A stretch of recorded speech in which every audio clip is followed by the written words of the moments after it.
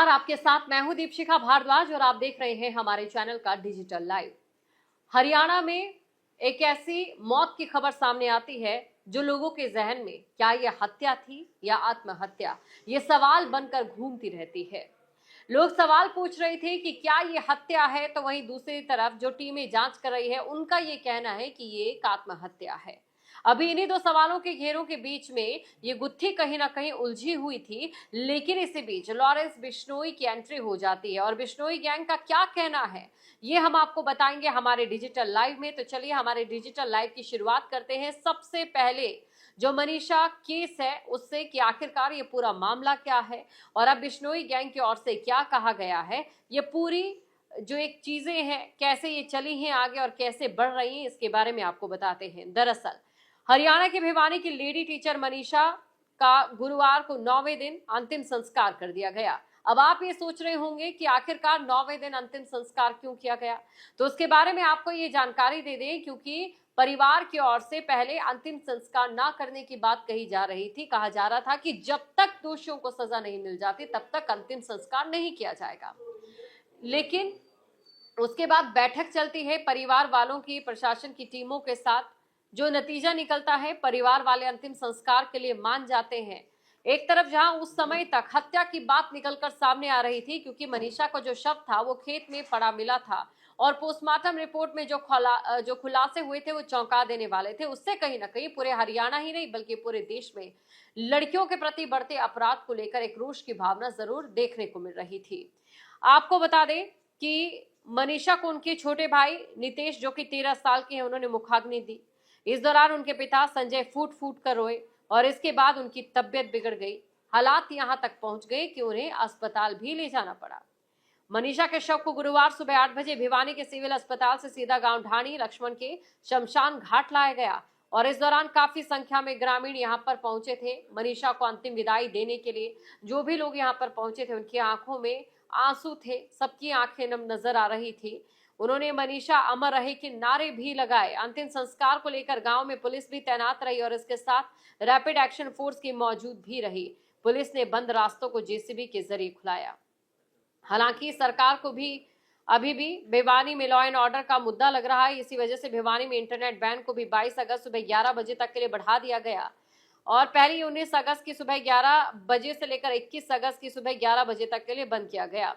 वहीं चरखी दादरी से internet ban भी हटा दिया गया है। लेकिन मनीषा के साथ हुआ क्या था और लॉरेंस बिश्नोई ने ये क्यों कहा है, लॉरेंस बिश्नोई गैंग की ओर से क्यों कहा गया है कि मनीषा के हत्यारों को छोड़ा नहीं जाएगा, अब इस बारे में हम बात कर लेते हैं ताकि इस केस को लेकर जितने भी सवाल आपके जहन में हैं उन सवालों का जवाब हम आपको दे पाए। आपको ये बता दें मनीषा 11 अगस्त को घर से निकली और 13 अगस्त को उनकी लाश मिल जाती है, जिसके बाद परिजनों ने हत्या की आशंका जताई थी। पुलिस ने मनीषा का पहला पोस्टमार्टम भिवानी के सिविल अस्पताल में कराया, लेकिन इस दौरान परिजनों की ओर से लाश लेने से इनकार कर दिया गया क्योंकि परिवार वालों को यह शक था कि मनीषा की बेरहमी से हत्या की गई है। उन्होंने पुलिस पर भी आरोप लगाया कि गुमशुदगी की शिकायत पर पुलिस ने कहा था कि बेटी घर से भाग गई है और 2 दिन में आ जाएगी। ये अक्सर बयानबाजी पुलिस वालों की ओर से की जाती है। ऐसे कई ऐसे मामले सामने आए हैं। आपको हैदराबाद का वो केस भी याद होगा जब एक डॉक्टर को जिंदा जला दिया गया था, महिला डॉक्टर को। जब परिवार वाले पुलिस वालों के पास पहुंचते और कहते कि हमारी बेटी लापता है, तब भी पुलिस वालों की ओर से ज्यादा ध्यान नहीं दिया गया था और इस बार भी परिवार वालों की ओर से यही आरोप लगाया जा रहा था कि उन्होंने कहा कि आपकी बेटी हो सकता है भाग गई हो और 2 दिन में वापस आ जाएगी।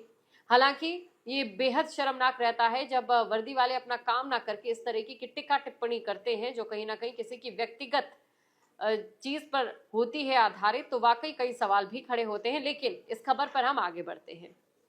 इसके बाद सरकार ने भिवानी के एसपी मनबीर सिंह को हटा दिया और वहीं एसएचओ समेत 5 पुलिसकर्मियों को सस्पेंड लाइन हाजिर भी कर दिया।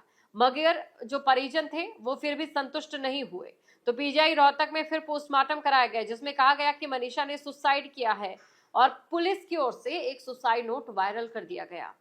तो पुलिस ने एक सुसाइड नोट मिलने का दावा किया। इसके बाद पिता संजय से अंतिम संस्कार की सहमति ले ली, मगर गांव ढाणी लक्ष्मण के लोग भड़क गए। उन्होंने अंतिम संस्कार न होने देने का ऐलान करते हुए गांव के रास्ते बंद कर दिए, जिसके बाद जो पूरा माहौल था वो काफी ज्यादा गर्म होता यहाँ पर दिखाई देता है। अब पक्के मोर्चे का ऐलान जो है गांव में रास्ता बंद कर वहां के ग्रामीणों की ओर से कर दिया गया था, जिसके बाद परिवार ने मनीषा की मौत की सीबीआई जांच और दिल्ली एम्स से पोस्टमार्टम कराने की मांग की। बुधवार को सरकार दोनों मांगों पर राजी हो गई। सीएम ने जांच सीबीआई को देने का ऐलान कर दिया। बुधवार दोपहर बाद मनीषा का दिल्ली एम्स में तीसरी बार पोस्टमार्टम करवाया गया। यहां से लाश वापस भिवानी अस्पताल लाई गई, जिसके बाद 21 अगस्त यानी कि आज मनीषा का अंतिम संस्कार कर दिया जाता है। अब टीचर मनीषा केस की टाइमलाइन की अगर हम बात करें तो ये भी आपको बताते हैं। देखिए 11 अगस्त 2025 जब मनीषा नर्सिंग कॉलेज में एडमिशन के लिए घर से निकली और शाम को घर न लौटने पर परिजनों ने लोहारू थाने में गुमशुदगी की शिकायत दर्ज कराई। 12 अगस्त 2025 मनीषा का जब कोई सुराग नहीं मिला तो परिवार तलाश करता रहा। पुलिस पर मामले को गंभीरता से न लेने का आरोप लगाया गया और 13 अगस्त सिंघानी गांव के खेतों में मनीषा का शव मिला। परिजनों ने शिनाख्त की और रोड जाम कर 4 घंटे का प्रदर्शन किया। और 14 अगस्त को क्या होता है, परिजन सिविल अस्पताल में धरना शुरू कर देते हैं, शव लेने से इनकार कर देते हैं और पोस्टमार्टम में एक हैरान कर देने वाली बात की भी पुष्टि होती है। मनीषा का 29.5 सेंटीमीटर गला कटा मिला। डॉक्टर्स के पैनल ने हालांकि रेप की पुष्टि नहीं की, जिसकी आशंका जो है पहले जताई जा रही थी।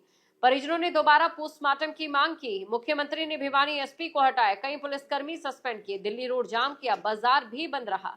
रोहतक पीजीआई में दोबारा पोस्टमार्टम कराया गया और डॉक्टर्स के पैनल ने रेप की पुष्टि यहां पर भी नहीं की। परिजनों ने फिर भी धरना जारी रखा और पुलिस को सुसाइड नोट मिला। मेडिकल रिपोर्ट आई। पुलिस ने दावा किया कि कीटनाशक निगलने से मौत हुई है। आंखें गले को जानवर नोच गए हैं। परिवार बोला पुलिस जानबूझकर मर्डर को आत्महत्या बता रही है। प्रशासन ने परिवार के साथ बैठक की। परिजन अंतिम संस्कार के लिए माने और पिता बोले जांच से हम संतुष्ट हैं। पिता ने वीडियो जारी कर कहा कि बेटी आत्महत्या नहीं कर सकती, दबाव डालकर सहमति लिए अंतिम संस्कार नहीं हुआ।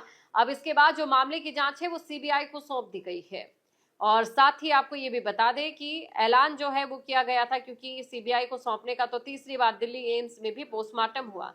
दोनों मांगे मानने पर परिवार अंतिम संस्कार के लिए राजी हुआ और धरना खत्म किया गया और ढाणी लक्ष्मण गांव में अंतिम संस्कार किया जाता है। लेकिन कई सवाल लोगों के जहन में घूम रहे हैं। 3 बार पोस्टमार्टम होता है और पुलिस की थ्योरी को लेकर सवाल खड़े हो रहे हैं कि आखिरकार ऐसा क्या था कि जो पुलिस की ओर से कहा जा रहा था या पुलिस ने जो लापरवाही दिखाई थी। पुलिस ने पहले ये कहा कि हो सकता है आपकी जो पुलिस के वहां पर सिपाही मौजूद थे, अधिकारी मौजूद थे, कि आपकी बेटी भाग गई हो और 2 दिन में जो बेटी है वो वापस आ जाएगी।